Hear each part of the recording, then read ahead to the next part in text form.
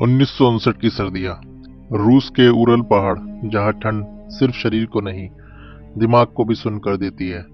ऐसी जगह जहां दिन में भी सूरज कमजोर लगता है और रात में अंधेरा जिंदा महसूस होता है। जनवरी के आखिरी हफ्ते में 9 युवा लोग एक ट्रैक पे निकले। ये कोई आम लोग नहीं थे, ये छात्र थे, इंजीनियर थे और सबसे जरूरी बात, ये सब अनुभवी हाइकर्स थे। इस ग्रुप का लीडर था आइगर ड्यातलोव। शांत स्वभाव, जिम्मेदार और पहाड़ों को समझने वाला इंसान। उनका मकसद था ओटटे नाम के पहाड़ तक पहुंचना, एक ऐसा इलाका जिसे स्थानीय लोग मत जाओ कहते थे। लेकिन ये लोग डरे नहीं, क्योंकि उन्हें भरोसा था अपने अनुभव पर। ट्रैक शुरू हुआ हंसी मजाक से। डायरी में लिखे हुए शब्द बताते हैं कि सब कुछ सामान्य था। तस्वीरों में मुस्कुराते चेहरे, कोई डर नहीं, कोई बेचैनी नहीं। लेकिन जैसे जैसे वो आगे बढ़ते गए, मौसम बदलने लगा। हवा तेज हो गई, बर्फ गहरी होती चली गई, रास्ता साफ नहीं था। 1 फरवरी की शाम को उन्होंने एक ढलान पर अपना टेंट लगाया। यह फैसला बाद में सबसे बड़ा सवाल बन गया, क्योंकि पास ही जंगल था, पेड़ थे, हवा से बचने की जगह थी। फिर भी उन्होंने खुले पहाड़ पर टेंट क्यों लगाया? उस रात कुछ ऐसा हुआ जिसकी कोई उम्मीद नहीं थी। बर्फ से ढका हुआ टेंट अंदर से काटा गया। हाँ, अंदर से। कपड़े जूते सब अंदर ही पड़े थे और 9 लोग ठंडी अंधेरी रात में बिना जूतों के भागे। पर क्यों? किस चीज ने उन्हें इतना डरा दिया कि अनुभवी हाइकर्स मौत को चुन ले, लेकिन टेंट में न रहे? उनके पैर के निशान बर्फ में नीचे जंगल की ओर जाते दिखे। कोई दौड़ नहीं, कोई अफरा तफरी नहीं, जैसे वे शांति से लेकिन डर के साथ नीचे जा रहे हों। और यहीं से ये ट्रैक एक यात्रा नहीं बल्कि एक रहस्य बन गया। जब तय समय पर ड्यातलोव ग्रुप वापस नहीं लौटा, तो शुरुआत में किसी ने घबराहट नहीं दिखाई। ऐसे ट्रैक में देर होना आम बात थी। लेकिन दिन बीतते गए और कोई खबर नहीं आई। आखिरकार 20 फरवरी 1959 को सर्च टीम भेजी गई। कुछ छात्र, कुछ अनुभवी हाइकर्स और बाद में सेना भी शामिल हो गई। जब सर्च टीम उस ढलान तक पहुंची जहां आखिरी बार टेंट लगाया गया था, तो सब लोग चुप हो गए। टेंट खड़ा था, लेकिन उसकी हालत सामान्य नहीं थी। कपड़ा फटा हुआ था, और वह भी बाहर से नहीं, अंदर से काटा गया था। अंदर खाना रखा था, कपड़े रखे थे, जूते वहीं पड़े थे। ऐसा लग रहा था जैसे लोग अचानक उठे हों और बिना कुछ सोचे भाग गए हों। बर्फ पर पैर के निशान देखे, नंगे पांव। कुछ ने मोजे पहने थे, कुछ ने एक ही जूता। ये निशान नीचे जंगल की तरफ जा रहे थे। करीब 1 किलोमीटर नीचे पेड़ों के पास पहली लाश मिली। 2 युवक, जॉर्जी और यूरी। वे दोनों एक पेड़ के नीचे पड़े थे। उनके पास आग जलाने के निशान थे। पेड़ की शाखाएं टूटी हुई थी, जैसे वे ऊपर चढ़ने की कोशिश कर रहे हों। उनके शरीर पर कोई घातक चोट नहीं थी, लेकिन उनके पैर नंगे थे और शरीर पर कपड़ों के बहुत कम टुकड़े थे। डॉक्टर ने बाद में कहा, इनकी मौत हाइपोथर्मिया से हुई है, यानी ठंड ने उन्हें मार डाला। लेकिन सवाल उठता है, अगर वे ठंड से मर रहे थे तो वे ऊपर टेंट की तरफ वापस क्यों नहीं गए? और अगर डर इतना ही ज्यादा था, तो आखिर किस चीज से डर रहे थे? सर्च टीम आगे बढ़ी। पेड़ से ऊपर की दिशा में और 3 लाशें मिली। आइगर ड्यातलोव, जिनाइदा कोलमोगोरोवा और रुस्तेम स्लोबोरिन। ये तीनों टेंट की तरफ वापस जाने की कोशिश कर रहे थे, जैसे उन्हें समझ आ गया हो कि नीचे रहना मौत है। लेकिन वे वापस नहीं पहुंच पाए। रुस्तेम के सिर पे एक गहरी चोट थी, लेकिन वह चोट मौत के लिए पर्याप्त नहीं थी। बाकी 2 फिर से हाइपोथर्मिया से मरे थे। अब तक 5 लोगों की मौत हो चुकी थी। 4 लोग अब भी लापता थे, और वही 4 लोग इस कहानी को सबसे डरावना बनाने वाले थे, क्योंकि जब वे मिले तो उनके शरीर से ऐसी कहानी मिली जो आज तक कोई नहीं समझ पाया। पहले 5 शव मिलने के बाद सर्च टीम को उम्मीद थी कि बाकी 4 भी आसपास ही मिल जाएंगे। लेकिन हफ्ते बीतते गए, बर्फ और गहरी होती चली गई। पूरा इलाका सफेद कब्रिस्तान जैसा बन चुका था। मार्च बीत गया, अप्रैल आया, फिर मई। आखिरकार मई 1959 में जब बर्फ पिघलनी शुरू हुई, तो जंगल के अंदर एक छोटी सी खाई के पास 4 और शव मिले। लेकिन वे शव पहले मिले 5 शवों से पूरी तरह अलग थे। वे सभी एक साथ थे और उन्होंने आखिरी वक्त में एक दूसरे का सहारा लिया होगा, लेकिन उनके शरीर की हालत देखकर सर्च टीम सन्न रह गई। ल्यूदमिला दुबिनिना की छाती बुरी तरह से टूटी हुई थी। उसकी कई पसलियां अंदर की तरफ धसी हुई थी। सेमियोन की भी छाती इसी तरह टूटी हुई थी। डॉक्टर ने कहा इतनी जोरदार चोट किसी कार एक्सीडेंट जैसी होती है, लेकिन वहां कोई सड़क नहीं थी, कोई गाड़ी नहीं थी, कोई भारी जख्म नहीं था।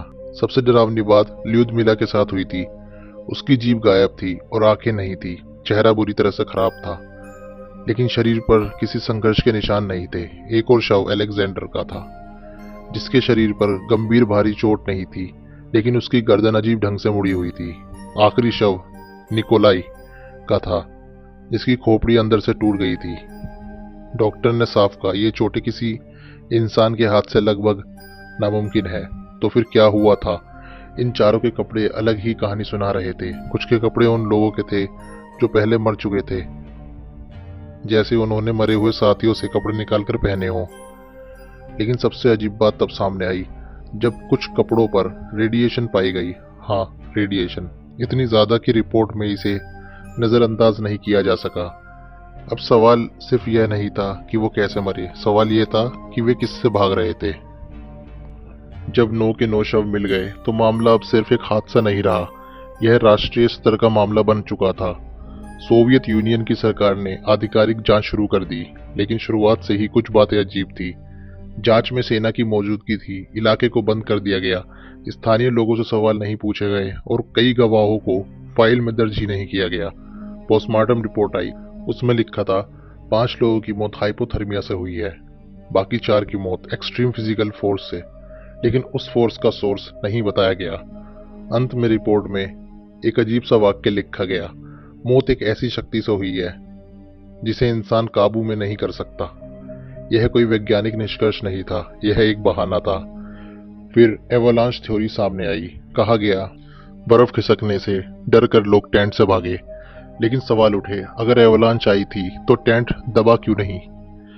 क्यों टेंट सही हालत में मिला? पैरों के निशान क्यों साफ थे? और एवलांच 4 लोगों की छाती कैसे तोड़ सकती है बिना भारी जख्म के? इसके बाद लोकल मैन्सी लोगों पर शक किया गया, लेकिन कोई हथियार नहीं मिला, कोई फुटप्रिंट्स नहीं मिले और मानसियों के पास ऐसी ताकत नहीं थी जो हड्डियां अंदर से तोड़ दे। धीरे धीरे केस को दबा दिया गया, फाइलें बंद कर दी गई। इलाका सालों तक आम लोगों के लिए बंद रहा, पर कहानियां खामोश नहीं हुई। कुछ लोगों ने कहा उस रात आसमान में अजीब नारंगी रोशनी दिखी थी, कुछ ने कहा सेना सीक्रेट वेपन टेस्ट कर रही थी, और कुछ ने कहा जो हुआ वो इंसान की समझ से बाहर था। सरकार ने केस बंद किया, लेकिन सवाल खुले रह गए। जब सरकारी जांच बंद कर दी गई तो सच खोजने का काम लोगों ने खुद शुरू किया। सबसे पहले बात आई आसमान की रोशनी की। कई स्थानीय लोगों और पास के गांव में रहने वालों ने कहा कि फरवरी 1959 की उन रातों में आसमान में अजीब नारंगी और पीली रोशनी देखी गई। ये रोशनियां ना तारे थी ना हवाई जहाज, वे रोशनी दिखती और फिर गायब हो जाती। बाद में यह भी सामने आया कि उस समय सोवियत सेना उस इलाके के पास गुप्त हथियारों के टेस्ट कर रही थी। कुछ रिपोर्ट्स में कहा गया कि पैराशूट माइंस या हाई प्रेशर वेपन्स टेस्ट किए जा रहे थे। ऐसे हथियार जमीन को नहीं, लेकिन शरीर के अंदर भयानक दबाव पैदा करते हैं। यही दबाव छाती की हड्डियां तोड़ सकता है, बिना त्वचा को फाड़े। रेडिएशन का सवाल यहीं से जुड़ता है। कुछ कपड़ों पर रेडिएशन पाया गया था, लेकिन सरकार ने कहा यह सामान्य है। पर सवाल यह है, अगर सब सामान्य था तो रिपोर्ट क्यों छुपाई गई? दूसरी थ्योरी आई इंफ्रासाउंड की।